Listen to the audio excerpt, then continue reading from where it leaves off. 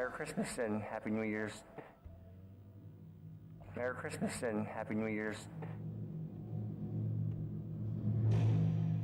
I really wish you all a good Merry Christmas. I really do. The Morning Show with Peter Rice. Listen to it from 7 to 9. Yeah, the best darn 2 hours in morning radio.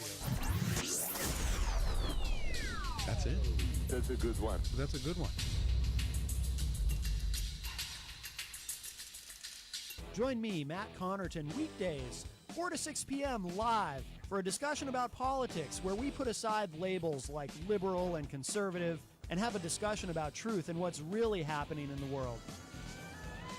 What's going on, Manchester? This is Ben Dion of the Weekly Dion every Thursday night live at 6 p.m. with replays of the show Saturday and Sunday at 11 a.m. and Tuesdays at 7 p.m. We talk about everything Manchester. Thanks for listening. Until next time, live and be happy. This hour on WMNH is proudly sponsored by CGI Business Solutions, located at 171 Londonderry Turnpike in Hooksett. Serving all your employee benefits planning, design and administration, investment and wealth management, and customized business insurance solutions. They are available at 866-841-4600 or on the web at cgibusinesssolutions.com.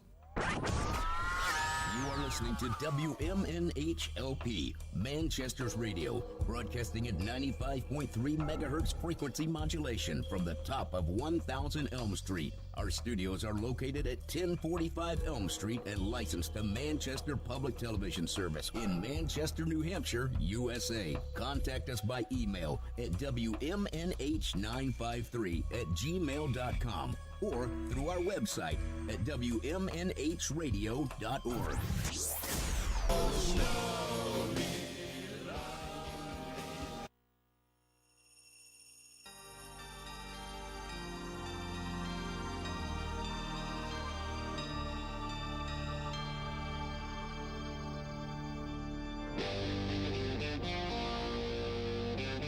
Anybody there in the control room?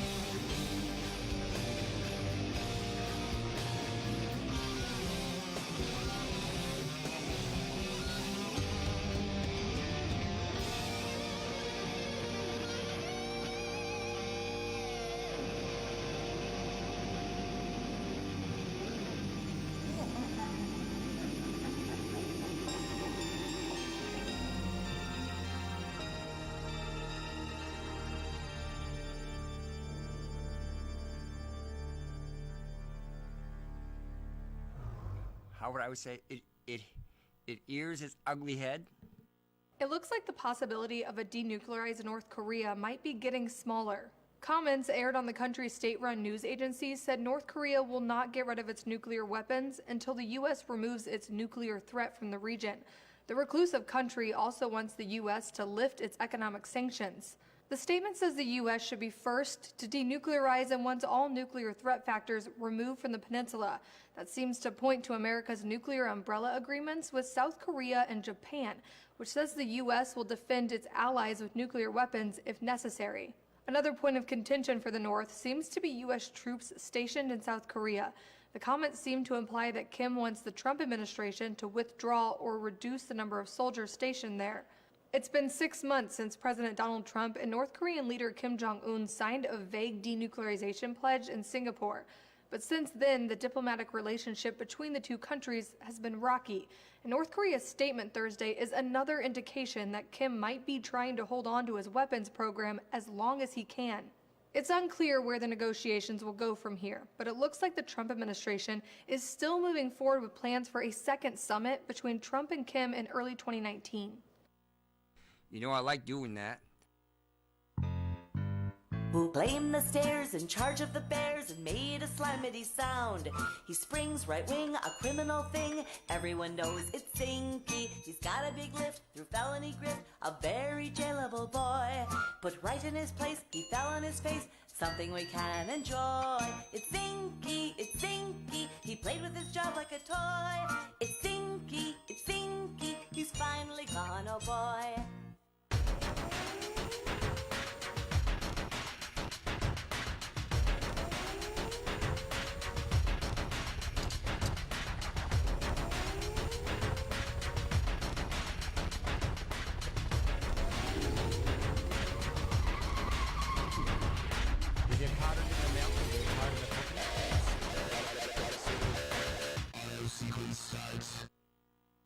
Says who?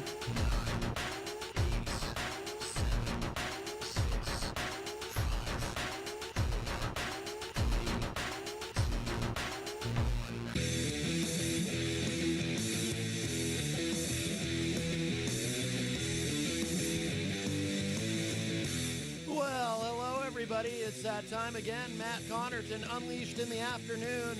We are live on WMNH 95.3 FM, emanating from a relatively mild downtown Manchester, New Hampshire.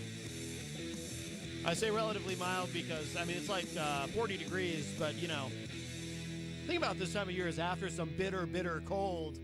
40 degrees feels just downright balmy, doesn't it? Of course, we are live on WMNH 95.3 and WMNHradio.org, so you can listen to us wherever you go.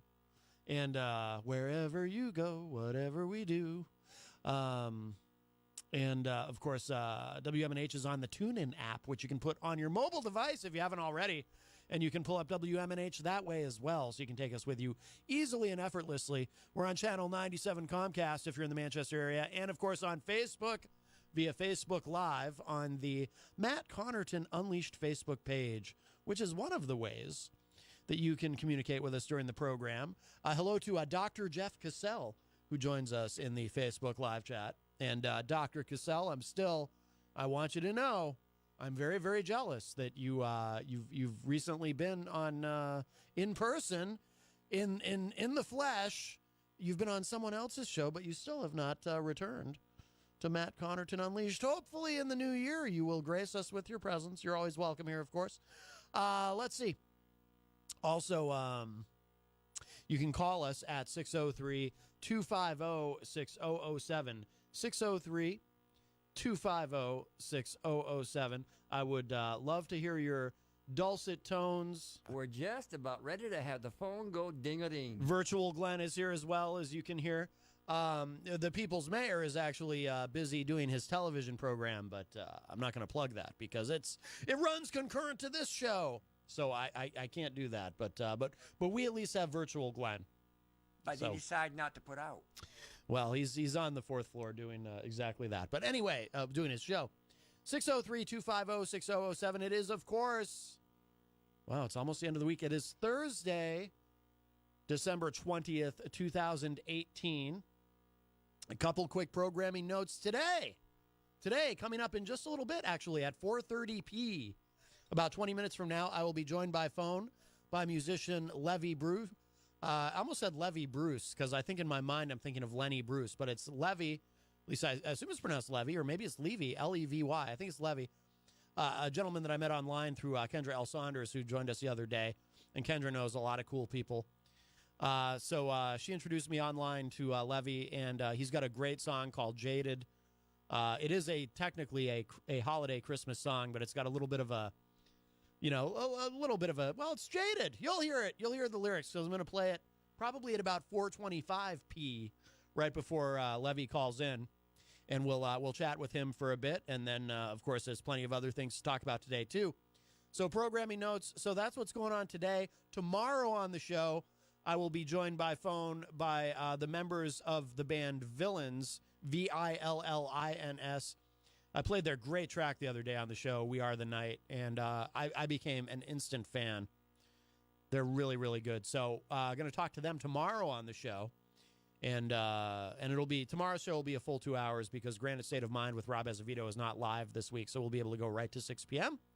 to finish out the year, which will be wonderful. And then when we come back on January 2nd, I mentioned this yesterday, I'll mention it again now, because I'm very, very excited about this. Mike Mineta is going to join us live here in the studio. If you're not familiar with Mike Mineta, he works with the Young Turks. He's from the Young Turks. He's the national director of Wolfpack, which is working to get money out of politics. I met Mike a few weeks ago, and I invited him on the show, and he's going to be here. I think it's a Wednesday, right? January 2nd, our first show back for the new year. He's going to be with me live in the studio. So get your questions ready. Well, I don't mean that literally now because, you got to get through the holidays and so forth. But anyway, by the way, for anyone who's curious, and I did drop a link to it in the Facebook live chat for those of you who are listening online or watching online, but that opening song, that was, in fact, Spinal Tap, Christmas with the Devil from their 1992 album, Break Like the Wind. So that's the kind of holiday music I like. I like something a little different.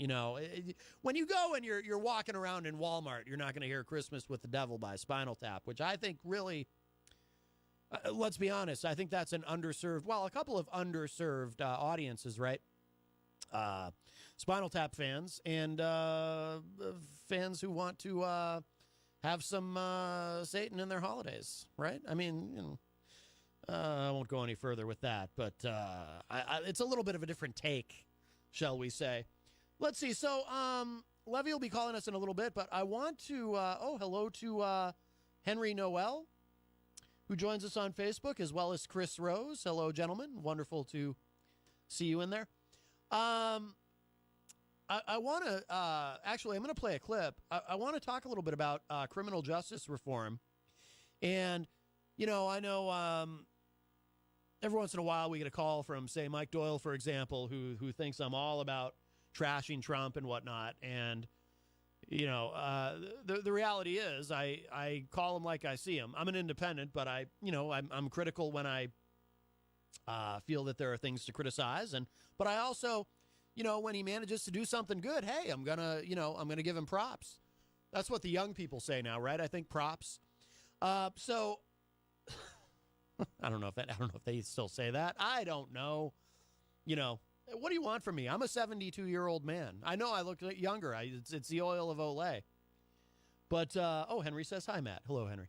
So, but when Trump does something good, I want to laud and applaud him, right?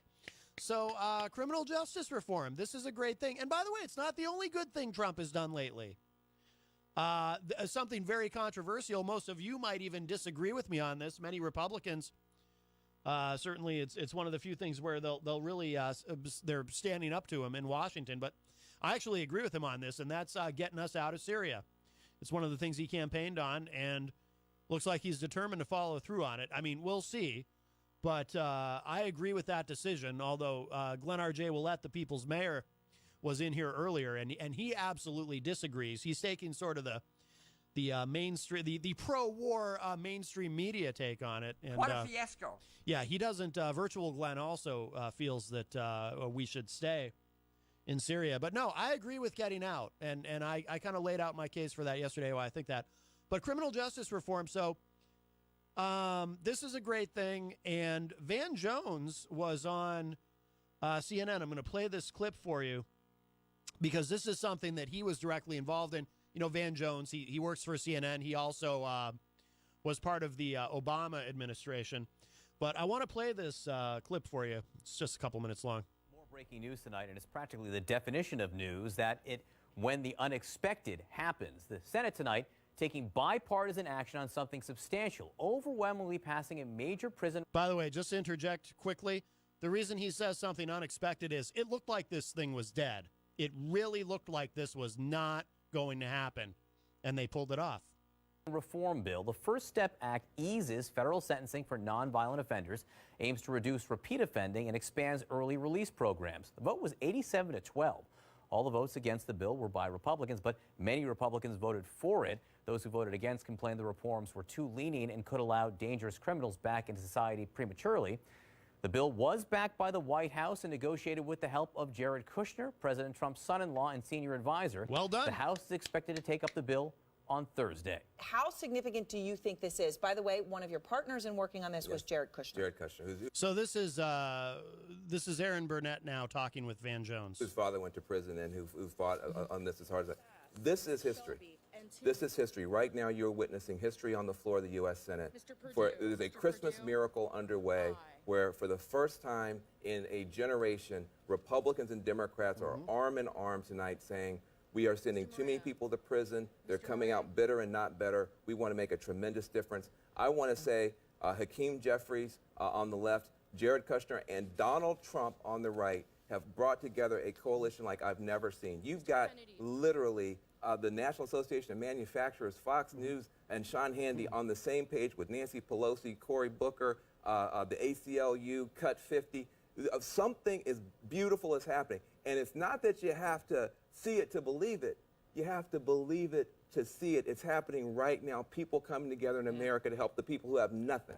And it's amazing. This is and let us celebrate this is that something and you and I something can when agree on. It's a great day for America. This is such an awesome issue to give, whether they're minorities or white kids, a second chance in life. It's awesome.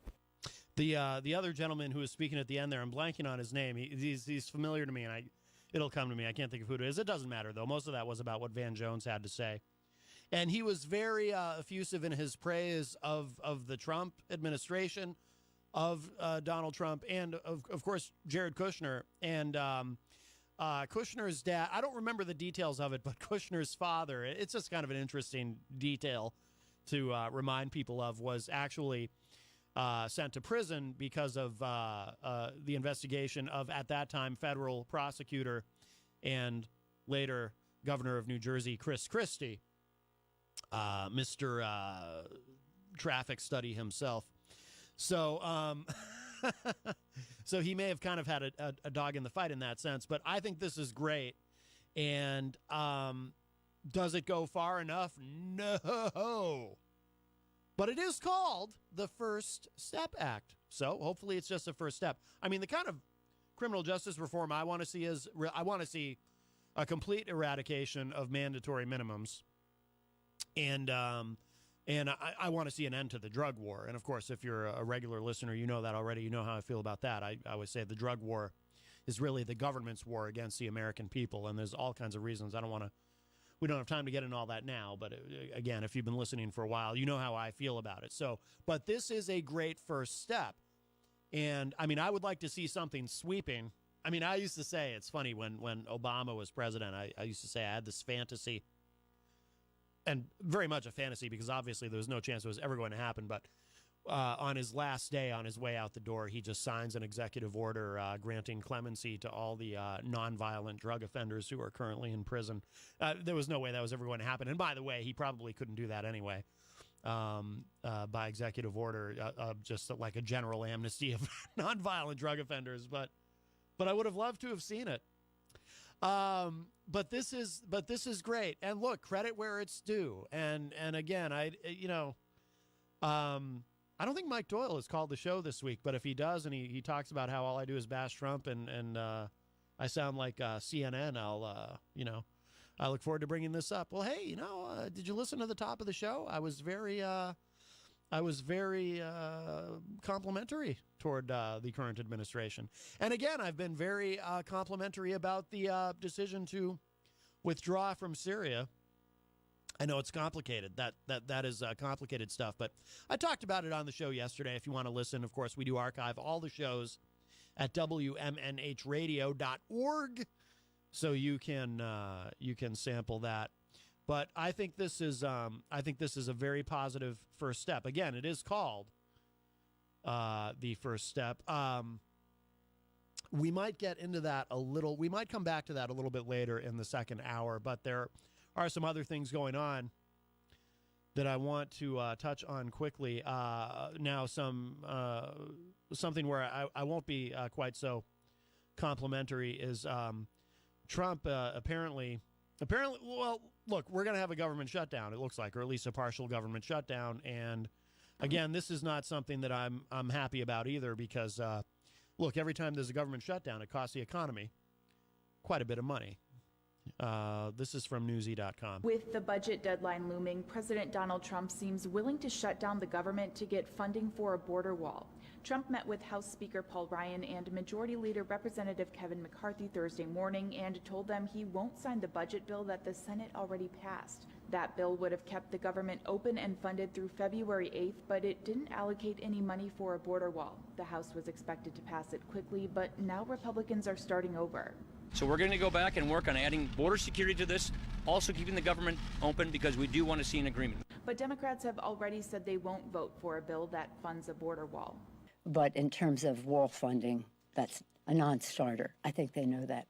The two sides have a very limited amount of time to strike an agreement. Current government funding runs out at midnight Friday. Well, not only that, I mean, the clock is ticking, obviously, but also, they go home tomorrow, right? They go home, and then that's it. And then we have a new Congress sworn in January. So, if they want to, Paul Ryan, obviously, he's got to be pretty distraught because he wanted to. This is supposed to be his big swan song, right? I'm sure he's just itching to get back to Wisconsin, and here he is. Oh, I got to deal with this on my way out the door. Paul Ryan, of course, it'll be very interesting, by the way, to watch what he does in the future because most people are not buying the idea he has put forth, the explanation that he wants to finally spend some time with his children and that he's actually trying to put some distance between himself and the Trump administration because he's going to be running for president in the very near future. Hello to, well, I shouldn't say very near, but 2020. No, wait, that is the near future, right? Jeez, it's almost 2019. What am I thinking? 2024. He's not going to run in 2020. He's not going to challenge Trump, clearly. Hello to Peter White of The Morning Show with Peter White, who joins us in the Facebook live chat. By the way, speaking of Peter White and The Morning Show, I don't know if you know this, Peter, and I hope you're not upset with me if you're listening, but I have been trying to poach Eric Gagnon from your program to come be the entertainment reporter here on Matt Connerton Unleashed. I even publicly made him an offer. I told him, whatever you're paying him, I will double it and add another zero onto the end of it. But he is so far, he's been playing hardball. He drives a hard bargain, so to speak. I'm trying to think of even more metaphors. That's all I have. But I'm rescinding my offer. So, Peter, I will take this moment to publicly apologize to you for trying to seal him away. It was the wrong thing to do. And when I say it was the wrong thing for me to do, what I really mean is I realized he never was going to agree to my conditions anyway, because I wanted him to spend at least the first 5 minutes of every entertainment report discussing the art of French meme, or French mime, as some of you say. Those of you who are less cultured might pronounce it mime. It's actually meme. But also, too, this morning, I'm listening to The Morning Show, and Eric Gagnon was on there to do his entertainment report. And apparently he went to some public thing at City Hall or something, and he went up for the public comment, and he said, hello from The Morning Show with Peter, instead of hello from The Morning Show with Peter White. And I was like, oh, my God, I can't have that. I would lose my mind if Eric Gagnon became a part of this program officially, doing the entertainment report here, and then I find out that he's going to these public events and he's talking about my show, and he's like, hello from Matt Unleashed, and can't bother to put my last name in there. I mean, it's simple branding. I was, when I heard, and Peter, I had great sympathy for you. I mean, you showed remarkable restraint when dealing with this problem with Eric Gagnon. But when I heard him say the morning show with Peter and didn't bother to include your last name on your behalf, I was incensed. I was shocked. Hello to Jenny, who joins us in the Facebook live chat. I couldn't believe what I was hearing. I was quite distraught for you, because I know how important branding is, and you know, so I'm rescinding my offer, Eric Gagnon. I'm very sorry. I was looking forward to eventually luring you into. That's not the right way to put it, but I was looking forward to having you come aboard. Come aboard. I was expecting you. Come aboard the afternoon show, Matt Connerton Unleashed. But I don't know, man. I just I don't feel like I can trust you to say the name correctly in public, and that's a big thing for me. You know, it's a matter of trust, as Billy Joel once sang, right? Matter of trust. Yeah, that's the song. Jenny in the Facebook live chat says, "Oh, Eric and Peter, you're being invoked, LOL." That's true. Now they both have the right to comment, because their names have been invoked. We're going to go ahead now and play this holiday song by Levy Brew, who's going to be calling in at 4:30. So I want to play this now, and then we'll play another one of his songs at the end of the segment, or segment, as someone. I used to produce a podcast years ago for someone who used to pronounce it segment. Her name was Andrea, and she used to add an extra syllable in there, which I always thought was very strange. I object to adding additional syllables to words. I find it unseemly, except, of course, in cases of national emergency where there's a public safety issue. And then, in those instances, sometimes you do need additional syllables.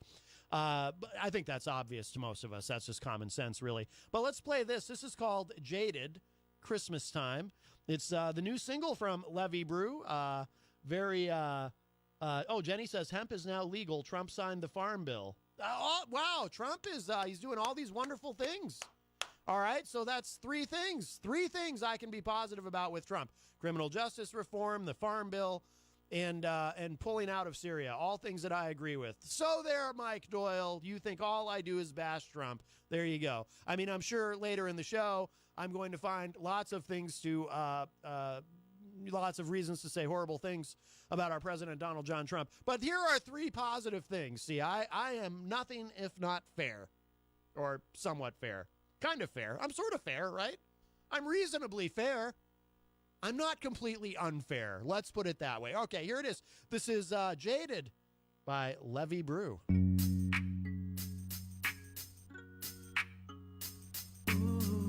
This is my Christmas card, full of words that I will never share with you. Merry Christmas. I miss you.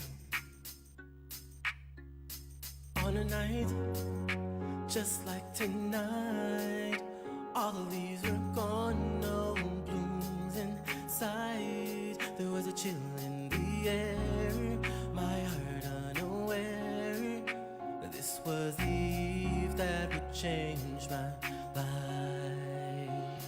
We headed out just to be alone, snuck away from our friends, ignored our phones. You looked me right in the eye, and right there I knew I wouldn't be the same after that night. Now every year I hear those Christmas chimes, I see them caroling. I flash back to that night, wishing you were here with me.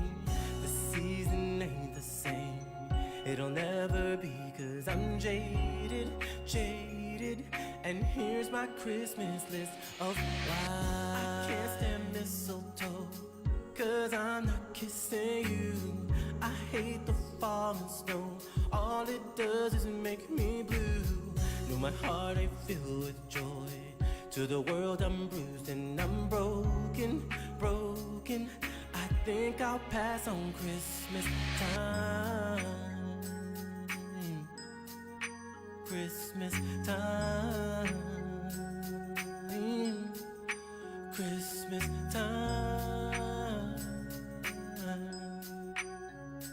Ooh, yeah, yeah, yeah. Even if I wanna be alone, I couldn't escape red, green, and gold. And the memory of you clouds my mind just as true. Girl, every December I live through. Still every year I hear those Christmas chimes. I see them caroling. I flash back to that night, wishing you were here with me. The season ain't the same. It'll never be, 'cause I'm jaded, jaded. I think I'll pass on Christmas time. For me to find a way to let go. It's time for me to pack my things and just go. In one horse open sleigh, I'll cry my tears 'cause I'm jaded, jaded. And here's my Christmas list of why I can't stand mistletoe, 'cause I'm not kissing you. I hate the falling snow. All it does is make me blue. No, my heart ain't filled with joy. To the world I'm bruised and I'm broken, broken. I think I'll pass on Christmas time. I can't stand mistletoe, 'cause I'm not kissing you. I hate the falling snow. All it does is make me blue.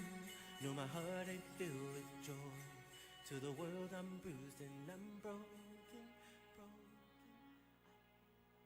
broken. Very nice.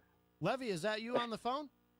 That is, yes, it is me. Hello, man. How are you? Here he is, Levy Brew. Am I saying your name right? Is it Levy? It's not Levy, is it?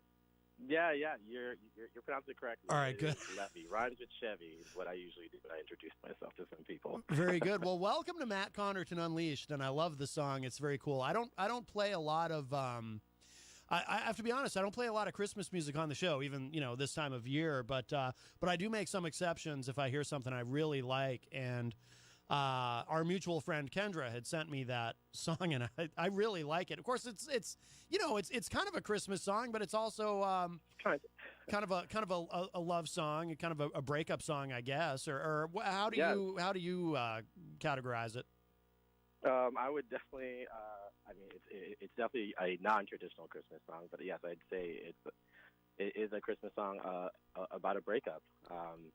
It's a song that I actually wrote after I was dumped just before the Christmas holiday 2 years back, and it just completely ruined the holiday for me. Oh man! So yeah. Jenny in the Facebook live chat comments, she says she really loves the song. Okay, so thank you. So I'm curious. So you were dumped was it on Christmas Eve, or was it kind of just close to Christmas? Actually, no. It was on Christmas Eve. It was actually on a ski trip. Oh wow! Oh no kidding. Yeah, it's the kind of things you can't. The story you can't really make up. So I was actually on a ski trip with a group of friends, and the next morning was Christmas Eve, and she decided right there before we went out to breakfast with everyone else that this wasn't working out anymore, and basically after the trip was, the end of everything. So I actually, I didn't end up writing it that weekend or anything. It was actually the following year after, just with all the emotions and everything that come with it, the holiday season. It's the love and just being around, your family and your friends and everything like that. But kind of felt like crap, but hopefully this will be a victory for me, and it seems so already. Absolutely, yeah. No, that's really cool, because anytime, whether it's with music or with anything else, whether it's in any type of art, when something negative happens to you, that you can then, it's obviously negative things happen to all of us, and heartbreak and whatnot, things that we have to deal with. But if you can not only deal with it and get through it and come out the other end in a positive mind frame and stronger for it, but you can go even an extra step and do something creative with it, actually create something with it. I think that's really, really cool. So good for you. Yeah, thank you. Yeah, so I definitely felt us heartbroken people, the single people, especially right now around the holidays, kind of need their own anthem against some of the more jollier or happier sounding holiday songs. So yeah, my little Grinch twist. Did you when did this, was this a couple of years ago that this happened, or was this last year, or obviously so this was a couple of years ago, but I didn't decide to actually record or shoot the music video that I did a few weeks ago until earlier this year. At first, like many people, or I should say my family and some of my friends are like, well, this doesn't really sound like a Christmas song. And I'm like, well, it's a Christmas song to me. It just makes sense. Right. The goal is just to make sure, not only that I share my voice creatively, but hopefully that people out there connect to it also. So it's not as fresh, I should say, the breakup wound as it was initially. And every time I hear the song, yes, it brings me back to a place, but I'm not sulking about it. Right. I would, and I think if I were you, I mean, my first comment to anyone who said, well, it's not really a Christmas song, I would be like, well, it does kind of mention Christmas several times in the song. Right. So, it really, right? You know what I mean? Yeah. So it kind of is actually, but, didn't you hear the sleigh bells? Yeah. Yeah, exactly. So it's kind of weird for someone to say, well, it's not a Christmas song. I mean, it's that, but it's more than that, which is really cool. Now, did you write it yourself? Did you write all the lyrics and music and everything? Yeah.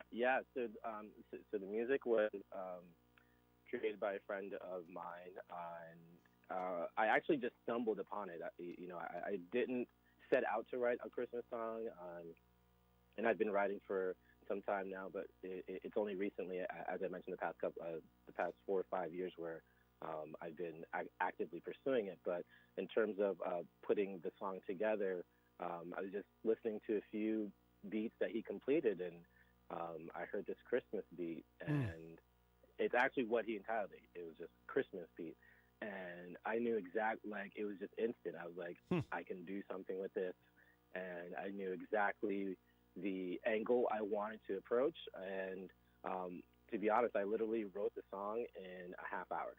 Oh, wow. Yeah. Wow, that's quick. Yeah. Down a half hour. Yeah, and then the arrangement and everything just came together a couple of weeks later. Okay. But it really was that easy, just writing down the melody and the arrangement and everything like that. Yeah, it was a 1, 2, 3 thing, kind of the same way she broke up with me. It was just 1, 2, 3. Okay. Now I have to know: has she heard it? Do you know if she's heard it? Have you kept in touch with her at all? So I don't know if she heard it. I can honestly say I believe she has. We still have mutual friends. I actually haven't seen her, and I haven't seen her probably about like 6 years maybe. Our paths haven't crossed, but I know that she again is still connected in the same circle that I'm in, and I can only I can only assume that she's heard the song, and maybe she thinks it's about her, or maybe she knows, I should say. But right. This is actually the first time I'm actually confirming the time of the breakup. So, okay. For a lot of my friends that are listening, I'm sure they're like, yeah, I knew it. So I'm curious. I'm wondering if your mind works like mine does. Is there? Do you care if she knows, or is there a part of you that really hopes that she's heard it and she's aware that you took that experience and created something positive with it, and you just kind of not in a mean way, like, oh, I hope it makes her mad or something, but is there a part of you that just kind of or maybe it's just, I mean, maybe I'm just being petty, but I know that's how mine, that's, if Everyone has a little petty in them. yeah, exactly. Oh, okay. Well, so that's a revealing comment then. So is there a part of you that kind of hopes that she knows about it and has heard it? Yeah, you know, it honestly would be enough to know that she's actually heard it.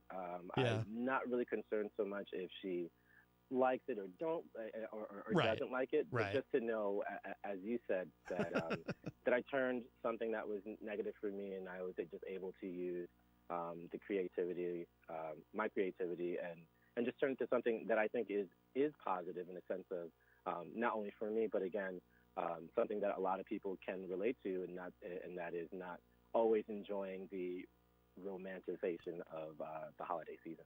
Yeah, and it is. No, I think that's cool too, because you know that to create something that people can kind of relate to in that way. You know, even people who've never necessarily had a breakup right before Christmas, but just a lot of people get very lonely during the holidays. Yeah. You know, maybe they're not in a relationship, or maybe they don't have family who are around or whatever. So I think that's kind of a universal thing that people can relate to too, is that sense of loneliness. And I was thinking about that too, listening to the lyrics. You talk about, you know, maybe I'll just skip Christmas this year, or I forget the exact wording that you use, but it's like, yeah. It's like I'll pass on Christmas time. Right. And that line, I mean, I have felt that way at times. You know, it's like I heard that line and I thought, man, how many people have I heard say that at one point or another? They're just feeling that way. So it's not an easy time for a lot of people. So yeah, I think that's cool. I definitely wish her well, but I hope that it doesn't happen to another person, especially around such a significant time of the year. But you know, to touch on what you said, you know, there's a lot of people who experience loneliness or you know, are missing loved ones this time of year, and I've unfortunately lost some people also around this time of year. So this song also serves a multi-purpose, but in terms of the emotion that I connect with it and how I wrote it. So I know I mentioned that, you know, initially it's a breakup song, but again, it's just, you know, I still think it's a song that you can connect with and something that you can love and enjoy, and there's still some, you know, wonderful things about the season that can help get you through it, you know. Absolutely. And I should tell people too, there's a great video that you made for the song, which is on YouTube that people can easily find. I mean, if you just search Levy Brew Jaded, it comes right up. And I really like the video. Was the video, did you make that right after recording the song, or is that more recent? Yeah, that video is actually, yes, it was after recording, and I can tell you it was freezing that night. Yeah. So the video is shot in Bryant Park in New York, and I'm not sure when was the last time you were there, but in Bryant Park, usually just after Thanksgiving, they have all these pop-up shops that are there for the holiday season, and the ice skating rink and everything like that. So it definitely was the perfect setting for this. But again, it was probably one of the coldest nights that I've been out there. It was just, you know, standing there, the smiling, the not smiling, the singing, and I really just wanted to put a coat on or just pour hot coffee over me or something like that. Right, no but doubt. It was, you know, it was a beautiful setting, and definitely one of the magical places in New York and probably in this country around the holiday season, just all decked out, and you see people just walking around shopping and, you know, enjoying hot chocolate and everything like that. Just everything that I think we grow up with, seeing and understanding what the Christmas season is the reason why I chose that backdrop and that venue for the music video. So it's very cool, and our friend Kendra was there, and she was a lot colder than I was. I mean, I fortunately had the beanie on, but she was coming from an event, and so she was dress for a night out, and God bless her patience and her help Yeah. with that. So I thank her a lot if she's listening. Yeah, no, that's cool. Yeah, most likely she is listening actually. So, yeah. No, so you live in New York? No, so I actually currently I actually live in Connecticut right now. So Okay. I'm about 45 minutes outside of the city. So it literally is a hop, skip, and a jump away. Rent is kind of expensive out there. Oh, absolutely. Yeah, no doubt about it. Yeah. So I did the New York thing for a while, but just easier to balance out here, so I can pursue and invest in myself and kind of enjoy everything that the city has to offer. Sure. No, that makes sense. Now, have you recorded a lot of music? I did find a few other songs, and in fact, at the end of our segment here, I'm gonna play another track that I'm gonna ask you about in a minute, because I've a couple questions about it that I really like a lot. But that's not a Christmas song, definitely. But it's really I really dig it. But have you recorded a lot? Because online I found a few things, but I was looking for a little bit of information about you ahead of our conversation today, and you're kind of mysterious. There isn't a lot of I found your music, but I didn't find a lot of information about you, which is cool. It gives you some mystique and whatnot. But but do you have a lot that you've recorded? So as I mentioned, I've been writing for a long time. So I was, and more so ever since I actually came back to the U.S. So I'm a U.S. Navy veteran. And, oh wow! One of my coping methods, I should say, just coming back into the civilian life was writing. Yeah. And so again, this is pursuing this aspect of it and sharing my music is still something that's still in the I'll say at this point a toddler stage. So my footprint online isn't that great, but I've done some theater also in the past couple of years, and most recently this past fall, I was in a show in New York. What show? But yeah, so with music, I'm hoping to become a greater presence and definitely share the versatility in terms of my style and the people that I can reach out to. What show were you acting in? It was an off-Broadway show entitled Great Frontier. Okay. A poorly researched musical about Lewis and Clark. Oh, cool. Very good. Very good. How long were you in the Navy? So I was in the Navy for 5 years, man. Wow, good for you. Yeah. Yeah.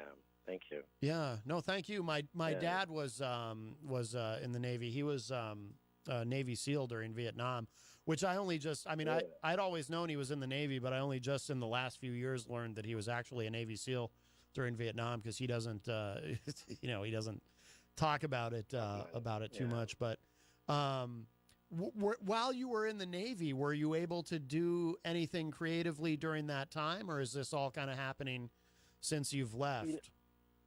Yeah, so not to this capacity. I'll say I was definitely one of the voices at my command, and when I say voice, doing the evening prayer, one of the communications personnel on board, PR people, so to speak, a junior aspect, not in the officer capacity, but I was able to definitely engage and interact with a few dignitaries and just be a face. So that is the most that my creativity was allowed to be expressed during my time in the service, which is totally fine. But but again, once I got home, just making more of an effort to share my voice and just feeling the need to do that is just when it came out, just more when I came back home to the U.S. Oh, of course, yeah. Now, right now, I mean, it looks like you just have singles, correct? Like you haven't done any. Yeah. You haven't done a full album. Do you have plans to, or because we? Yes. Yeah. Yeah. So So it's just singles right now. I'm probably gonna release another single in January. Actually, the time frame is January, Oh. and a full album or EP will likely be out in March. So with that, you may find one or two of the songs that will be coming out in January and February on it. Yeah. But there will be some ballads on there, some more pop sounding songs, and more traditional R&B also. Oh, very cool. Very cool. Yeah. So and that'll so if you've got another single too coming, that'll give us an excuse to have you back really soon. So that's great. That will. We have to find a reason to celebrate the new year. So Absolutely. I definitely don't want to. Yeah, I think I have this persona, or at least with this song, it's more so a very calm balladeer type guy, which is a side that I definitely enjoy and I'm not ashamed of. But I definitely want to show that I can get out and get the crowd riled up and have a good time. So the next single is definitely going to be more upbeat and will show that, and it will showcase that. Yeah. Cool. Have you been playing out? Have you been doing any live shows? I'm actually going to be doing a show tomorrow night in New York. Yeah, at the Footlight Bar. They're hosting their Xmas Spectacular 2, a solstice celebration. So it's a great bill. A lot of acts. Kendra will be there also. Myself, I know the Villains. So performing there tomorrow night. I've done a couple of private events also. And that will basically wrap up the rest of December for me. And we'll see what January and February has coming up. I mean, February is another loving holiday, so I can sing some sad songs then. I can dig in my archive. Oh, I hadn't even thought of that. What did somebody did you ever have anyone break up with you like right on or before Valentine's Day? You know, I have no breakups. You know, knock on wood for Valentine's Day, but you know, I just have more experience of you know, being down on Valentine's Day than I do on Christmas. So I'm just really just another just. That's a jaded holiday for me too. You know what I mean? Yeah. But I'm definitely appreciative of that half-off chocolate the day after. No, I know what you mean, though. A lot of people really, really loathe Valentine's Day. It's interesting, you know.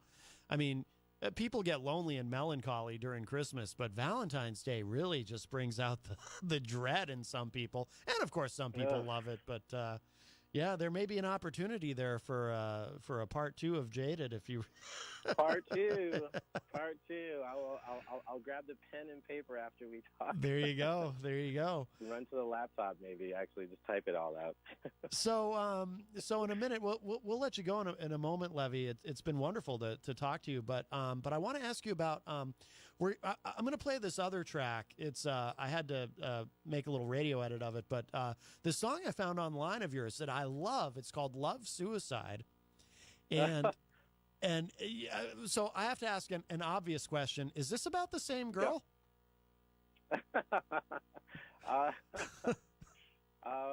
You know, there's levels to breakups. Yes. And, you know, we go through stages of emotion. And she's given me a lot to work with. So I admit that, yes, it's about... Well put. But...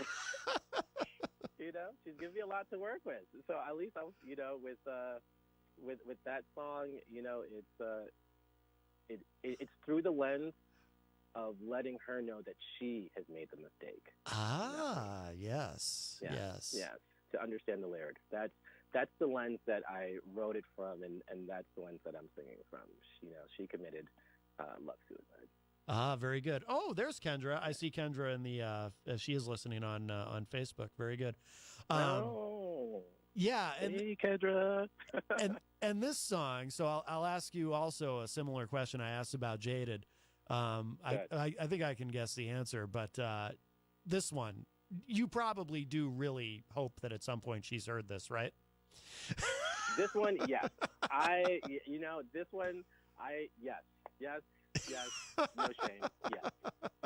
Yes. Do you know if she has? Because I'm talking to Matt. I have Kendra. You know what I mean? I have You know, yes, I hope she's heard this. I hope she's heard this. Like, Jaded, I'm okay with. Love Suicide, yes. Right. Oh, that's awesome. That's great. My God, and now I'm sure our mutual friends will somehow make us run into each other. Thanks a lot, Matt. I'm going to have to talk to you about that probably.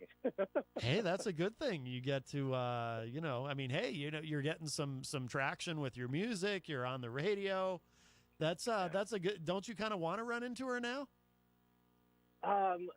No. No? 'Cause Okay. I don't Too want her soon? to be the muse for all of my creativity in music. So I want to show some growth. I think Yeah. I understand. I want to have some growth. I think I understand the psychology of this. So you don't want her, you don't want her to have the satisfaction of knowing that she's been the muse of this music. I will not answer any. I will not answer that. I think I understand, Levy, because I think we think alike about these things. But yeah. no, I really do love this song. So before we let you go and before I play this, please tell us if you want to plug your show again tomorrow night for people who are listening online in New York, and also too, tell us whatever else we need to know about connecting with you online. If you have a website you want to mention and all that good stuff, so people know how to find you. So tomorrow night, if you guys are around, I'll be at the Footlight Bar in Brooklyn. Doors open at 8 p.m. for the Xmas Spectacular. Great venue, great lineup. I'll, of course, as mentioned, I'll be there performing a couple of songs, including Jaded. My good friend, our good mutual friend Kendra will be there performing also, with tons of other acts. It's definitely a diverse lineup, so no matter what your favorite genre is, I know that you'll be able to not only enjoy yourself, but enjoy the holiday spirit with all of us there. In terms of following me and linking up, my Instagram and my YouTube, Facebook, Snapchat, everything is Levy Brew. That's LEVYBRU. Feel free to follow me and come along this wonderful journey and become a brew fanatic with me, and definitely grow. And I'm just so grateful for this, and I'm so happy that people are enjoying this song, and hopefully they share it, and I hope to come up to New Hampshire and some other places and just perform it live for them. Yeah, no, that would be great. Hey, by the way, is Levy, I've never met anyone with the name Levy. Is that short for anything? So much. You're so much. Levy, I am also, unfortunately the son of a preacher man. Oh, okay. And so my parents, this name is chosen from the Bible. Okay. Leviticus. And, and Levy is the name. Levy is the name. Levy is the stage name. Oh, okay. Interesting. Wow. But that's the source. Yeah, that's the source that my parents went to name their fourth son. Yeah. Do the other kids also have? Do your siblings also have kind of? I mean, you don't have to tell me their names, but do they also have biblical names? So, no, half of us do. So the older half, I have a Samuel. There's Aaron. I'm Levy. Of course, well, I'm Levy. Duh. Yeah. But once we came to the U.S., my parents have chosen quote unquote American names for my siblings. So the younger siblings, Jim, Jason, V. So it's a nice blend of a biblical family and what my parents viewed as American traditional names. So, oh, that's interesting. Pretty cool. Yeah. But you have the most interesting name though of the bunch, so that's cool. Thank you. I think so. But I still go through that challenge as we start off the show with people. Well, not you, but some people, just going by Levi or Levy. Oh, really? Yeah. And sometimes I even tell them, I'm like, I'll say, hey, I'm going to spell a word, and you tell me how you pronounce it. And I end up, I ask them to spell Chevy, and I'm like, well, how come it's Chevy, not Chevy? And they're like, right, Chevy, and I'm like, yeah, well, I'm Levy. I have to admit, when I first saw your name, I did wonder, is it possible that it's Levi and this is just an alternate spelling? Because I'd never seen Levi spelled any way other than Levi. But then again, there's a lot of names. I mean, there's a whole trend going on where people have really unusual spellings for names. So I did kind of wonder, but then I thought, no, it's probably Levy. So I'm glad I went with my instinct.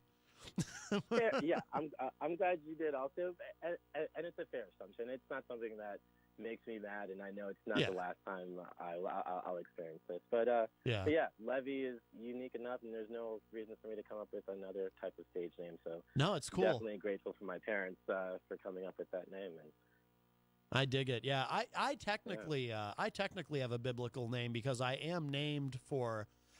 I am named for Matthew in the Bible, but of course, but there's nothing interesting about the name Matt. It's just so common. So, all right, the guy who's on the radio. No. Yeah, that's right. All right. Well, so I'm going to play this track in a second. This is great, Love Suicide, but we'll let you go. Levy Brew, thank you so much, man. And thank you. When the new single is ready, you said probably January.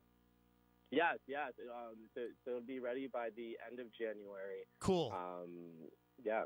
Okay. I'm excited about that. Okay, great. Please keep me posted, and we will have you back when you're ready to put that out, and we'll do this again with the new track. That'll be great. That'll be great. And to everyone listening, thank you so much. Jaded, you can find it on iTunes, Spotify, Tidal, Google Music. Anywhere you listen to music, you can definitely find the song. And I hope you all enjoy your holiday season. Thank you again so much, Matt. All right, you got it, Levy. Thank you. Take care, man. Talk to you soon. Take care. All right, bye-bye. All right, bye-bye.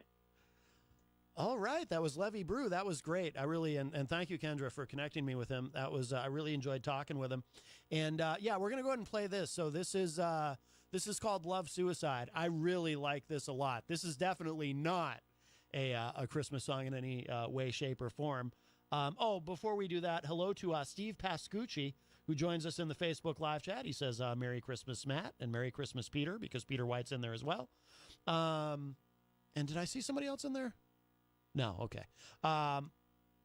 Let's go ahead and play this. This is great. And then we will be back with more Matt Connerton Unleashed in the afternoon. We are live on WMNH 95.3.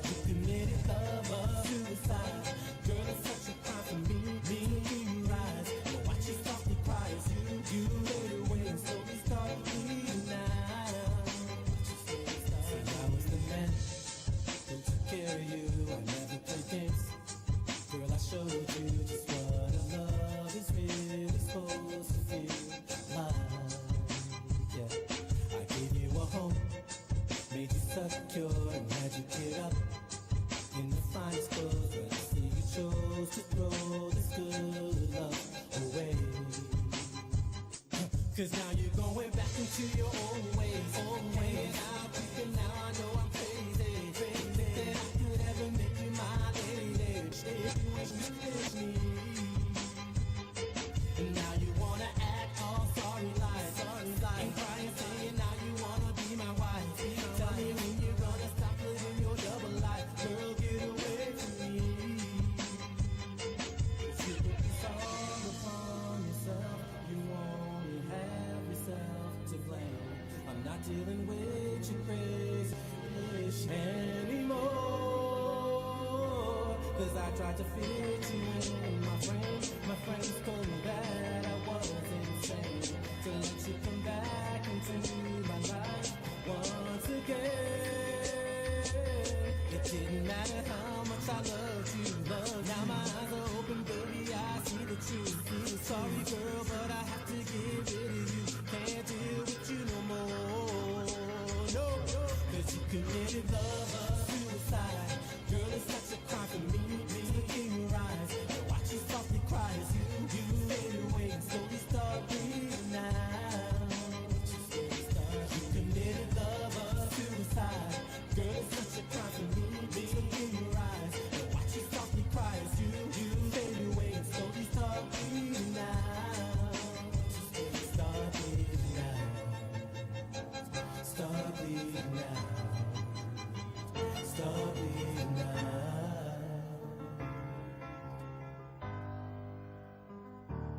You committed suicide.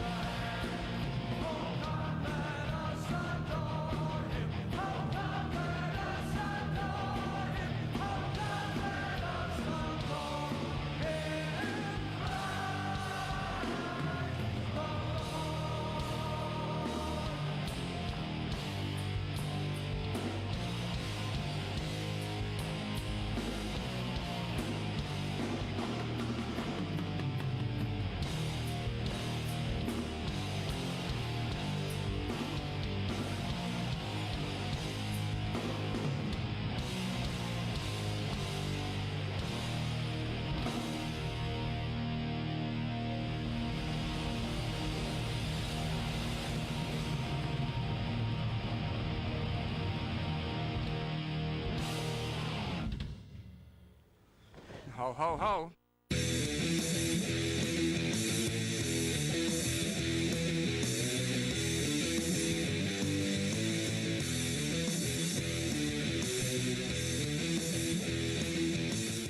Hey, everybody, it's hour number 2, sort of. We're about 10 minutes in. You know how I am with that. I don't really like to, I don't like to be too rigid with the formatting and time and things like that. But it is Matt Connerton, Unleashed in the Afternoon. Thank you again to Levy Brew. That was a lot of fun talking with him. And we have a call. Let's go ahead and grab this. Maybe it's Santa. Hello, welcome to Matt Connerton Unleashed. Who's this? Hey, it's Scumpy. Hey, Matt. Hey, Jeff Scumpy Lorenz. How are you, sir? Hey, I was trying to get down there today. I was going to come down this afternoon, but I get caught up a little bit. But I just wanted to call at least and say you a happy holidays, a Merry Christmas, and all that good stuff. The guy Levy, a very talented man. I like the song. Yeah. Thank you. Yeah, no, he's great. A mutual friend connected us, and very, very talented gentleman. I look forward to having him back. And he was fun to talk to too. You know, he's I like his sense of humor. Yeah, when he said when I asked him if that other song was about the same girl, and he said that she had given him a lot to work with, I thought that was pretty funny. Oh yeah, I know. Yeah, oh yeah. She's responsible. She's gonna want some of the proceeds, I guess, huh? Nope. I ain't answering that question. No, it has nothing to do with anything. Have you, Scumpy? Right. Have you ever written a song about a being dumped? No, I never have. Never. You've never been dumped, or you've never written a song about being dumped? No, I don't think I've ever been dumped. I'm usually the dumper. I don't know. Wow. Well, you're a bit of a rock star, and you're an actor. Well, you know what it. Yeah, you know what it is, though. I mean, I've been with my wife now for almost 30 years, so. Oh, wow, yeah. There hasn't been a lot of dumping going on and writing songs. You know, I was just a young kid, like, if any of that stuff was going on, I mean, I wasn't really writing the songs yet. I was just trying to get my talent together, Right. You had, you didn't really have many opportunities to be dumped and experience true heartbreak and heartache. Good for you. No, I lived. I had a pretty wild life in my 20s and 30s. I'll tell you that. Oh. But anyway, I just wanted to call in. I got to head in the rehearsal now. I just wanted to call because I couldn't make it down. I was trying to make it down and trying to figure out why you didn't get the job. But yeah. Anyway, I just wanted to wish you a Merry Christmas and thank you. Well, thank you, Scumpy. And, of course, you're always welcome anytime. And I am disappointed I didn't get the White House Chief of Staff job. I was, we tried. But if we haven't heard anything by now, it's probably not happening. I'm kind of disappointed for both of us. I was looking forward to you and I hanging out. I was really looking forward to being the assistant chief, Oh, yeah. My God, that would have been a great job. And the benefits alone, we would have loved it, huh? Oh, yeah. I mean, you probably would have gotten your own special parking space, too. It would have been great. Well, yeah. Park right in the back. There you go. All right. No, that would have been nice. Right in the back. Yes. Well, the road not taken. What can you do? But we tried. Hey, Kiss is coming around, I guess, in the spring. I got a friend that knows the guys very well. I'm going to try to do the best I can. I don't know if I can get you some tickets, but I'm going to try to do the best I can. Oh, that's cool. I've done it before, and I've got some backstage stuff. So, very good. Yes. I'm working on it for you, but don't I can't promise nothing. No, well, Scumpy, after this whole helping me to become White House Chief of Staff didn't work out, I'm not going to hold my breath, but thank you. Yeah, right. Yeah, I guess I'm not the best manager in the world. A for effort, my friend. A for effort. Hey, you know what I do? Like Dad used to always tell me, do something even if it's wrong. Oh, guaranteed, I'll do that. Do something even if it's wrong? Who told you that? Yeah, he used to say just. My dad used to say, when I was bugging him as a kid, just get out of here, go do something, even if it's wrong. Oh, okay, that's kind of funny. And then I do something wrong. Oh boy, there was hell to pay. Right. He should. You told me. Right. Yeah, he should have been more precise about setting some parameters, some boundaries about how wrong the things you could do that would be acceptable. Yeah, and when you're a teenager, you can do a lot wrong. That's true. When you're an adult, you can do a lot wrong. You know, it's there's a lot wrong to be done. It's one of those things that carry on too, because I did it with my son, and actually my son's coming in tonight, man. Army Ranger, he's coming in from the 82nd Airborne. He's going to be back for 16 days, and I'm so looking forward to seeing him. Oh, that's awesome! Good for you. I won't see him till tomorrow. He's coming in real late tonight, and his mom's picking him up. I think it's like 11 o'clock, but I think I'm going to see him tomorrow. I can't wait. Oh, that's awesome! And so he'll be home. You said for what? 16 days? 16 days, yeah. That's and great. Actually, he's so psyched because he's a big Steelers fan. He goes, I want to be able to watch 2 Steelers games with you. I said, well, I hope they win. Where is he flying in from? Where is he stationed? North Carolina, Fort Bragg. Okay. Yep. Cool. Yep. He's 82nd Airborne. He's a Ranger. Oh God, he's a badass.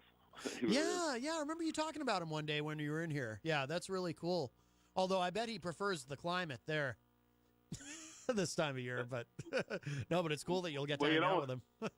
It was funny though. A couple of weeks ago, man, it snowed like hell. In North Carolina, they had like a foot of snow. Whoa. Yeah. You see that? Unbelievable. Oh yeah. That doesn't happen very often. No, it does not. But yeah, he's a specialist. He's one of those airborne specialist guys, Ranger. Oh God. Yeah.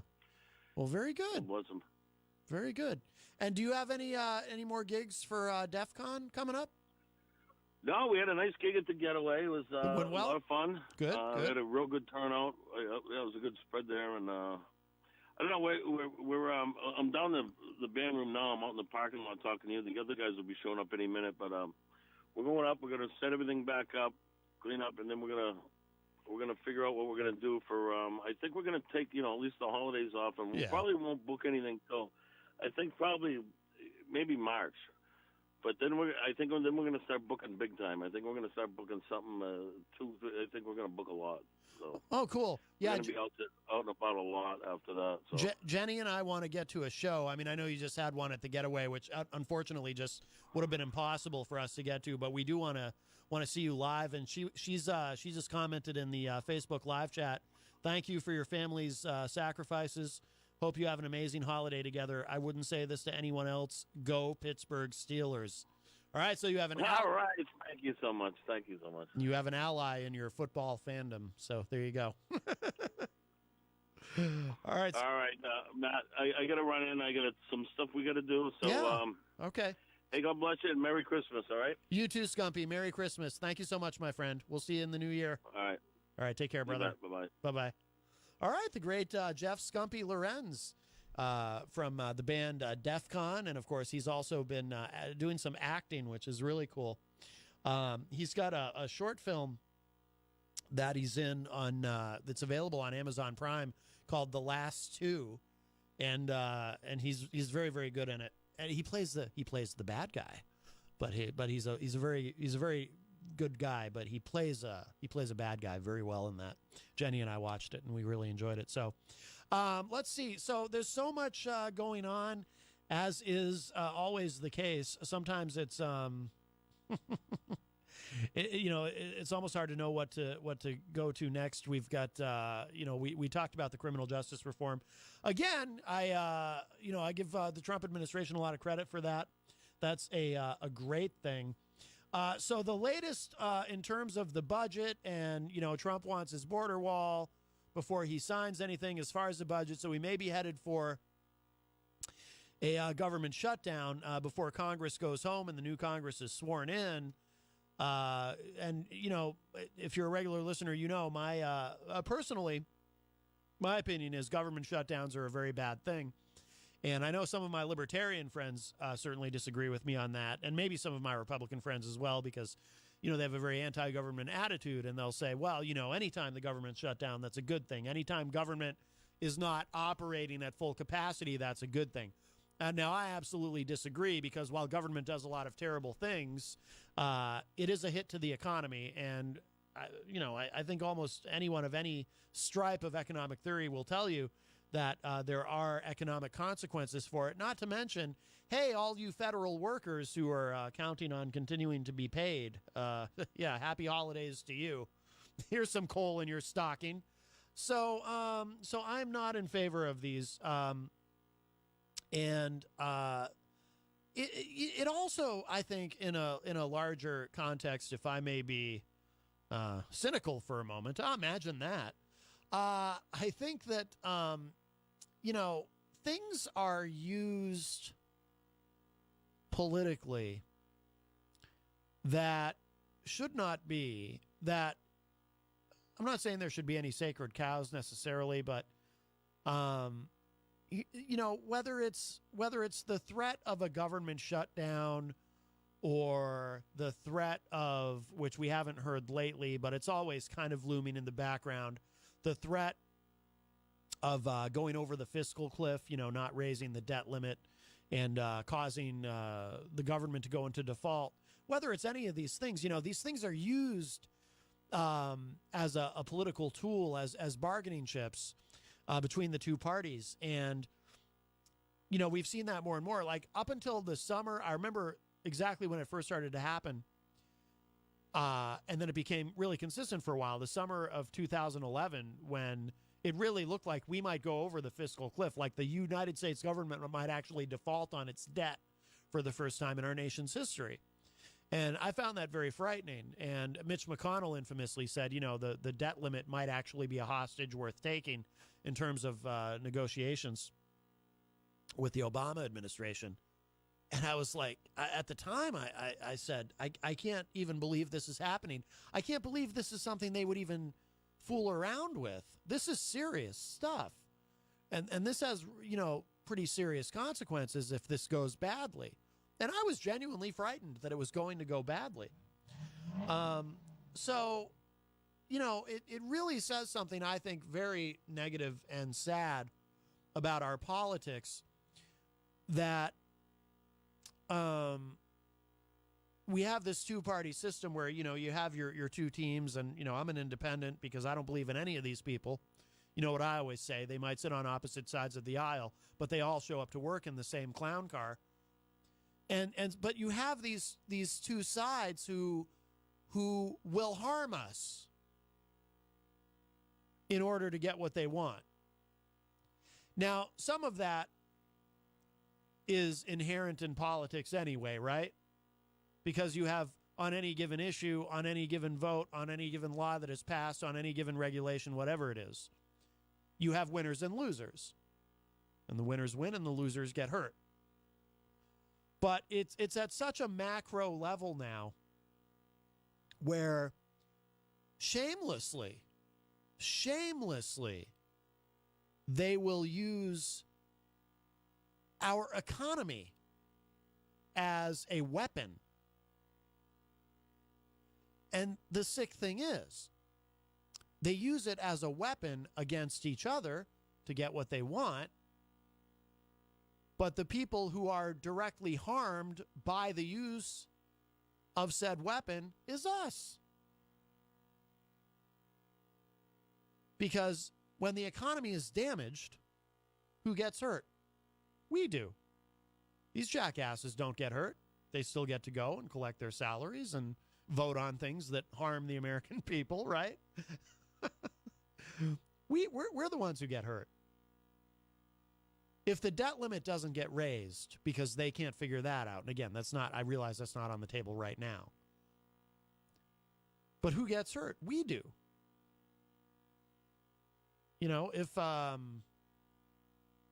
If these social programs that people depend on, if they stutter and are interrupted because of them not being funded, who gets hurt? We do. People who depend on those things. So it really, and again, I'm not naive to the fact that it's always been this way.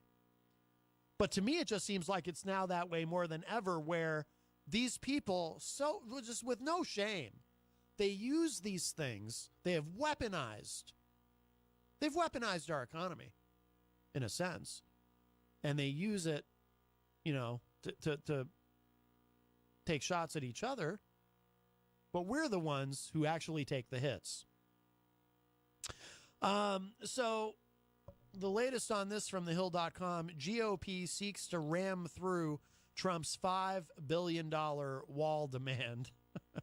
Because here's the thing. So Trump had that meeting, that open air sort of meeting, because it was not open air as in outside, but open as in it was in the Oval Office, but it was in front of the media, where he's sitting there and he's arguing with Pelosi and Schumer. And of course, you've also got Vice President Mike Pence there, who it's as though it looked like someone had forgot to plug him in or something. He's just kind of sitting there almost motionless, like an inanimate object. Like I said, I think it was the blow-up doll version of him, perhaps, for when they need someone to look calm. I don't know. Anyway, so he has a calming presence, isn't he? Or a disturbing one, depending on your point of view. But he just sat there silent the whole time. It was very interesting. I'd love to know what goes on in his head while all of this is happening in front of him. I forget that. I'm pretty sure I know what goes on in his head. What goes on in his head is I'm going to be president eventually. But anyway, so as they're they're having that meeting in the Oval Office, and Trump says, I will take the mantle. You can blame it on me if there's a government shutdown. Because Pelosi actually went there first. Pelosi referred to it as the Trump shutdown, trying to kind of tag it that way, which was smart on her part politically. But Trump, I'll actually give him a little bit of credit. He kind of fearlessly said, I'll take that. Fine, call it the Trump shutdown. I'll take it. And I will gladly, you can blame me all you want to. I will gladly take that on because I want border security and all this. Now, I don't agree with his position. And again, I don't like the threat of a shutdown being used as a political weapon. And I don't care about building a big border wall either, to be honest. But it's just remarkable that, it's spoken about so openly, this threat, but by Trump, not by the rest of the rest of the Republican Party, at least the ones that have to come back, the ones that actually have to come back in January, they're not happy. They don't want this. They see this as an albatross that the president, the leader of their own party, is saying, yeah, go ahead, blame me. I don't care. They don't feel that reflects well on them. And obviously, so they're kind of panicked over that, whereas Trump is just like, yeah, bring it on, whatever. So they're trying to make this work. And like I said earlier in the show, I think I said it at the top of the show, Paul Ryan's got to be losing his mind. Like, he just wants to get through this because he's going home, right? He's not coming back. He's done. But before this Congress wraps up, he probably thought, going to get this, because they already passed a stopgap measure in the Senate. He probably thought, okay, that's it, and we'll get this done. The president will sign it. We all go home, and I'm out of here until I run for president in 2024. And nope, Trump had other plans. So anyway, here's what thehill.com is reporting. Faced with a conservative revolt and a change of heart from an unpredictable president, House GOP leaders today altered course and will try to ram through a government spending bill that includes $5.7 billion for Trump's wall and border security. The new funding package would add two things to the stopgap measure that cleared the Senate by voice vote Wednesday night. $5 billion for President Trump's wall on the Mexican border and another $700 million for border security. The $8.7 billion in emergency disaster aid for wildfires, hurricane damage, and flooding. The House Rules Committee met Thursday afternoon to launch the altered proposal, quickly adopting the rule governing the bill. And House Majority Whip Steve Scalise, Republican of Louisiana, and his vote-counting team began whipping members to gauge support for the new package. While some Republicans voiced confidence, others remained skeptical that it has the necessary support to pass. $5 billion is a non-starter for Democrats, and it is also opposed by a number of GOP lawmakers. Representative Carlos Curbelo, Republican of Florida, told The Hill he is opposed to the new package, even though it would contain hurricane aid for the Sunshine State, and dozens of House absences on Thursday were only complicating the GOP whip effort. You know, some of these people have already gone home, and by the way, the ones who aren't coming back in January, what do they care? So in a vote earlier today, there were 42 lawmakers, 23 Republicans, and 19 Democrats who failed to show up for the roll call due to various reasons. It's kind of like the last day of school in high school, right? You know, you know that on the last day of school for the school year, I coincidentally, Ben and Daryl Dion are here, and of course, Ben, you're a school teacher. You know that on the last day of school, right? It's a given. Not everyone's going to be there. Oh yeah, definitely. It's a very like what percentage would you say? Like if you had to put a percentage on it, the absenteeism on the last day. The last day though is finals. Oh, for high school. Yeah, so that's kind of So it depends. I would say the last maybe real day of school besides the finals. So one of those review days. Yeah, probably. Yeah. Yeah. But finals a little bit different. Depends if you have a final or not. It may not be as good an analogy as I thought. Middle school and elementary school. Oh, okay. Yeah, there you go. Yeah. Yeah, everybody's reporting. Trump says he will not sign anything without border wall funding. Jenny just posted another article in the Facebook live chat. Is that up to the minute? Yeah. So there's still time, but barely. This senator's going home for the holidays as we speak. Oh yeah, he's not going to have enough votes no matter what. Yeah. So there most likely will be at least a partial shutdown. It says here senators are being advised they should plan for a noon vote on Friday if the House can get a bill in the upper chamber, according to a Senate aide. Senate Majority Leader Mitch McConnell, after returning from a White House ceremony, sidestepped questions about the fight. Asked if he was still confident there would be a shutdown, he said the action is over on the House side. Senator Roy Blunt, a member of GOP leadership, acknowledged that a stopgap bill that included $5 billion for the border wall could not pass the Senate, where it would need Democratic support. He said, I think it's all very fluid, and the president may change his mind a couple of times. The worst possible politics are shutdown politics. The only thing worse than shutdown politics might be shutdown politics at Christmas. Yeah, no kidding. What about the hundreds of thousands of people that will be out of work that work for the federal government? I guess they're getting some coal in their stockings. A whole ton of it. I guess so, yeah. Jeez. Absolutely, I heard the number was somewhere upwards of 800,000 people. Is it that many? I heard. Wow. That's what I saw today. It's disturbing. Oh, yeah, and yeah. Does he care that those people are going to be basically without any holiday festivities? Well, it's like I was saying earlier. I don't know if you. I think you guys you had come into the building probably, but I don't know if you heard what I was saying a few minutes ago about how it just seems like we live in an era where things like this, our own economy has been weaponized. Yeah. In the sense that whether it's the threat of a shutdown or the threat of going over the fiscal cliff when they're fighting over the debt limit, which for us to default would be that's like global economic Armageddon, really. He's always been able to fall back on the stock market. Well, guess where that's heading? Right, yeah. He always falls back on how great, honestly, the economy it is good. Yeah, of course, yeah. But where does it end and where we're going to be after? Well, it may be overheating, too. I mean, that's what a lot of economists think. What I wanted to ask, because I don't understand it too much in terms of the economy, is what does really, really, really low unemployment do? I mean, there's people still looking for work, and if there's no work to be had, I mean, it's great that it's low, but is there a danger point where it's too low? Yes, there is. I think so. Yeah, it would seem logical that it would be. There's people always, that are looking for work through whatever situation they become involved in need to find work, and if the unemployment rate is at 2%, there's not a lot of jobs out there. It's like here in New Hampshire, it's like 2.5%. I think we have the lowest, but it's actually not bad here. Because there's 3 types of unemployment. I teach economics. Yeah. So I can talk about you're a good one to Ben. I was sliding it right to Ben. Good one to speak on this. Yeah. So I mean, there's good unemployment though when it comes to, we need to have some wiggle room, I guess, because some people are going to change jobs Some people aren't going to be considered in the workforce because they've stopped looking. Yeah. And they're not even considered in that number. So They're not counted at all. Yeah. Right. So we can get to a level where it's I would say we're right around that number where we're probably at the lowest point we should be at before it starts to become dangerous.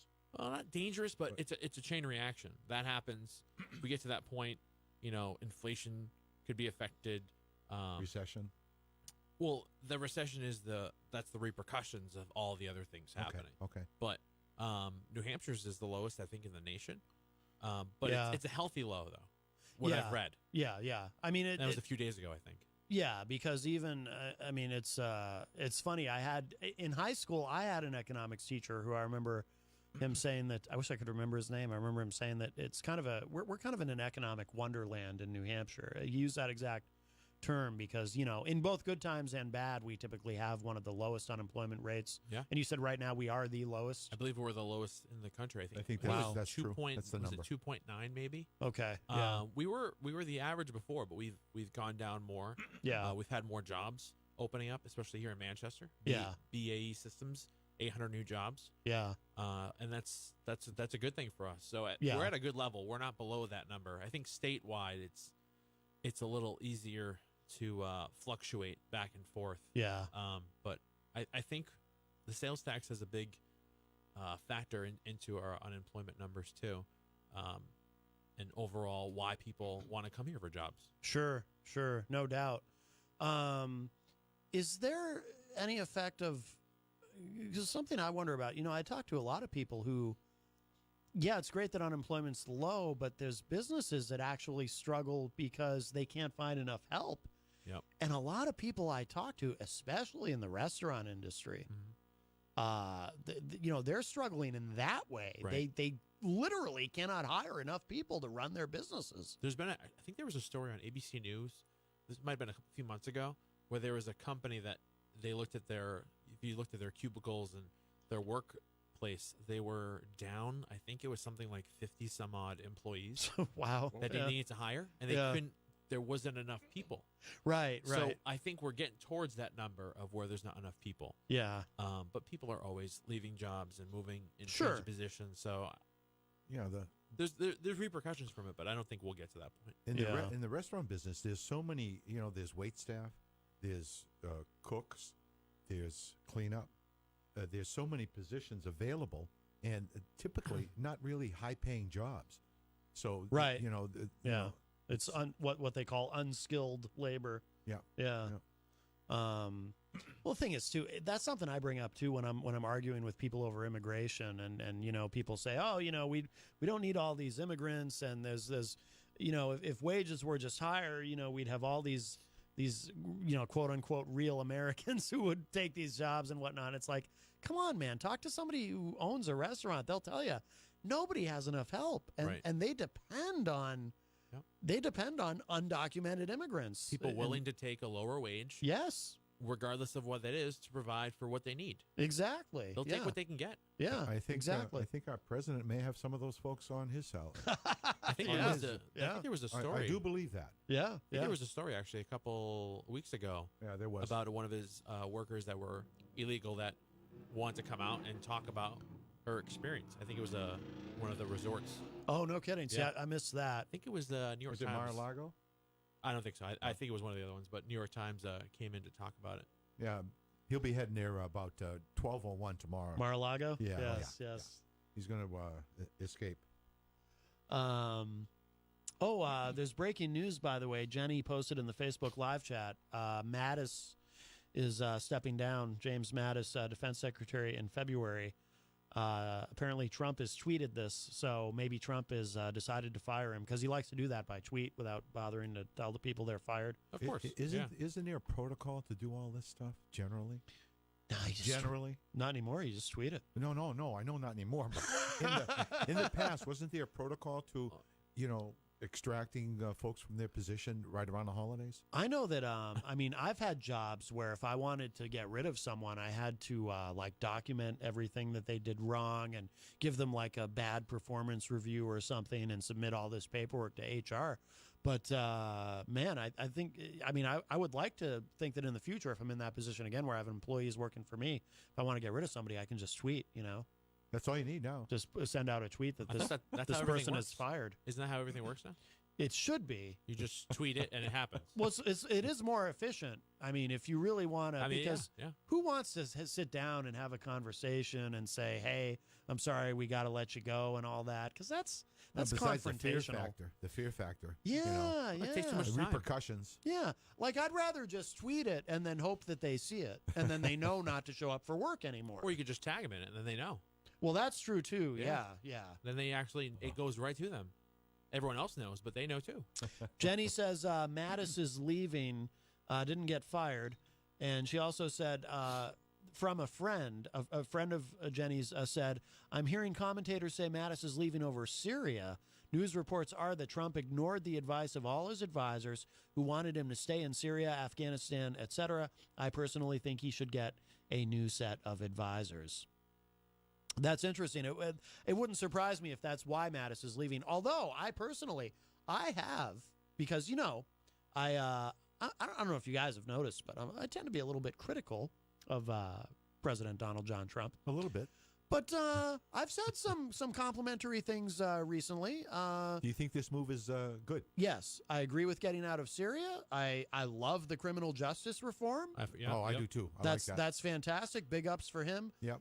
Apparently, he signed the new farm bill, which legalizes hemp, growing hemp for various things. Really? Which is fantastic. Yeah. So there are positive things. I mean, I still think, you know, like with this whole other thing that happened this week with, you know, his charity, the Trump Foundation. Oops. Personally, I think anyone who opens a charity, a fake charity, specifically to scam people out of their money, I think that's a bad guy. Absolutely. And a criminal. So I've certainly had negative things to say about him this week as well. I do. It's called the good, the bad, and the ugly. Yes, yes. But credit where it's due. Even very terrible people apparently can do good things on occasion. So Sure. I give him credit for the good things I think he's done this week. But yeah, I don't necessarily see a bad thing exiting Syria as long as we have advisors in the general region that can let us know what the heck is going on. Right. Just not knowing what's happening in those kind of regions can be disturbing. Yes, absolutely. I think the fear was more of... and I don't really care if it's covert or not. Well, yeah. But I think the fear more was other interests moving into where we moved out of. Right. And there would be something negative from that. I think Russia was the big thing. Yeah. Well, Putin thought it was a great move. Well, right there, you got to wonder if Putin thinks it's great. Is it great? Yeah, no, and I do understand some of the concern about it, but apparently I have a more immediate concern. So you guys know Kyle, of course, Kyle Heavey of the what did they decide to call it? Off the Mark? Off the Mark Sports. Yeah, I saw that. He just messaged me on Facebook something. So I don't know if you guys have been paying attention, but there's all this, all this beef, like my alter ego, M. Sizzle, I've heard. Oh, yeah. Been beefing with MC Hammer. Lots of beef. I'm concerned that Hammer is going to murder me. Oops. Well, here's the thing. So Kyle just sent me a picture of, apparently there's a vehicle in the area with the license plate Hammer. And he said he is in New Hampshire already coming for Glenn. Because, because him and Glenn got beef. Yep. So I'm worried now. I guess what I'm saying is I'll just come right out and say it. I'm concerned that MC Hammer is going to murder myself and the people's mayor, Glenn R.J. Willett. So if you don't see me in January because I've been killed, I'll do my best to come back as a spirit and maybe haunt everyone so I can let you in on. Sure. I don't know if you guys have Ouija boards, maybe. So if we can figure out some way I can explain to you what happened to me, because I don't want him to get away with this. Absolutely not. We could use the radio waves, I think. Maybe, yeah. I don't know. I mean, you guys will have to figure that out because I'll be dead. But yeah. So I do believe MC Hammer is coming to murder me. Oh, and Glenn too, which is very very disturbing. I mean, Glenn, he thinks he has all this under control. I can take the beef. Yeah, he thinks he can take the beef, but. Did you see him on the Aldermanic meeting on Tuesday? Did you get to see him on that one? No. It was beautiful. Oh, what did he do? Well, he just brought to the attention a serious problem that has not been addressed And you just want to remind the folks there that it needs to be addressed, our homeless situation. Howard, I would say He did it so ears its succinctly. ugly head. Very succinctly, he did it very well. Oh, very good. Yeah. Very good. Well, you know, he does ring the bell to raise money for charity at down at Market Basket. He's Santa, I guess, right? Is he? He's got the big white beard. I think he dresses up as Santa. I couldn't do that with my tinnitus in my ears. That would drive me nuts. I already have constant ringing. I don't need to add to it with constant ringing. You know what I mean? No, you don't. That's going to end in a few days. It'd be really terrible. I know, because Hammer's going to... Easy with the hammer. Well, you said it's going to end in a few days. You said that, Daryl, you said that with kind of a knowing tone, like you know something. Yes, I do. I know that that December 25th is Christmas, and that's where all the bell ringing stops. That's what you meant? Is that really what you meant? Mm-hmm. What else could I mean? I saw a picture of you online wearing hammer pants. Ooh. Was that a doctored photo or was that real? Most definitely doctored. Are you sure? Are you on the level with me? You ain't playing with me, dog. I'm not playing with you. All right. I was very worried. I've been I had to hire a bodyguard who didn't even bother to show up. I don't even know where he is. Not much of a bodyguard. No, it's quite frightening. But you know, there's just all this beefing during the holidays, and apparently now, completely unrelated, and this is true, MC Hammer is now beefing with Jay-Z. Whoa! They have some sort of beef. That's not a good place to head. Which is really strange. Wow. I just saw that like earlier as I was getting on the air. I need to look into that. Jay-Z's at the top and Hammer is somewhere down below. Right. Wow. I mean, yeah. Hammer's obviously has not been relevant for decades. Yeah. I really should. Did he become relevant again at some point? I really shouldn't say that. He might be listening. He could be. He might be out on Elm Street waiting to. No, he's not. All right. Thank you. You're awfully reassuring, Daryl. I'm trying. Are you to sure you don't know something? I know nothing. But yeah, so all kinds of beefing going on. But no, but this James Mattis leaving, and we only have a couple minutes left. But this is so he pretty significant. He didn't get fired. He's resigning. I guess he's just leaving. Okay. But and it wouldn't surprise me if he's leaving over Syria. There's apparently some pushback from the military about it.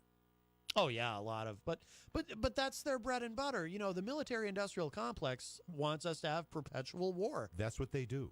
Yeah, exactly. And I think in Eisenhower's final address, his exit speech, he mentioned that, and that really, when I heard that, it really made it clear where we were headed. Even in this was 1961, his farewell address. Yeah, that's where that phrase military-industrial complex comes from. You know, I got to tell you, that's scary. Yeah. Just the term. Oh, yeah. Ooh.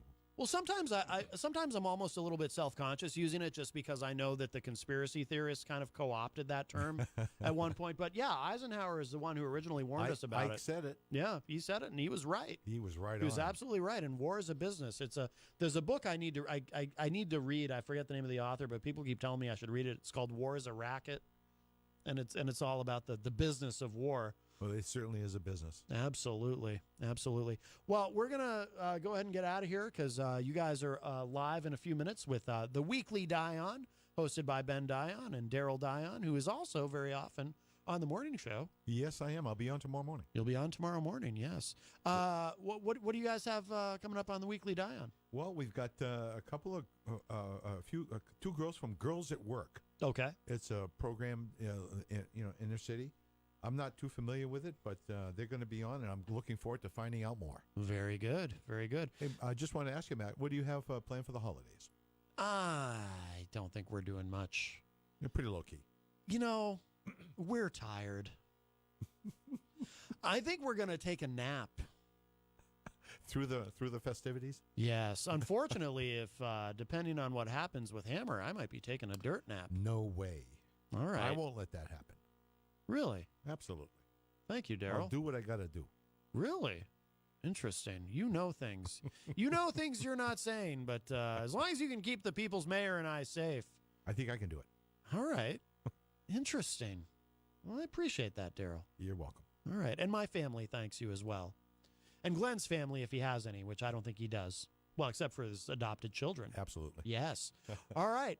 Well, stick around, everybody, for the Weekly Die-On. That's coming up next. And, of course, if you missed any part of today's show, this will be up in just a little bit at WMNHradio.org. And thank you again to Levy Brew for calling in earlier. That was wonderful. I've become a fast fan of his. And, I just got another Facebook message from Kyle Heavey. Let me just look at this quickly. Oh, no, it's the same one. I'm sorry. It looked like I hadn't already read it. Yes. Hammer is in New Hampshire, according to... that's very, very distressing. All right, so hopefully I'm not dead, and I will be back tomorrow for another edition of Matt Connerton Unleashed, the final Matt Connerton Unleashed of 2018 here on WMNH 95.3. So I'm going to get out of here again. Stick around for the Weekly Die-On, and I will talk at y'all a little bit later. Bye, everybody.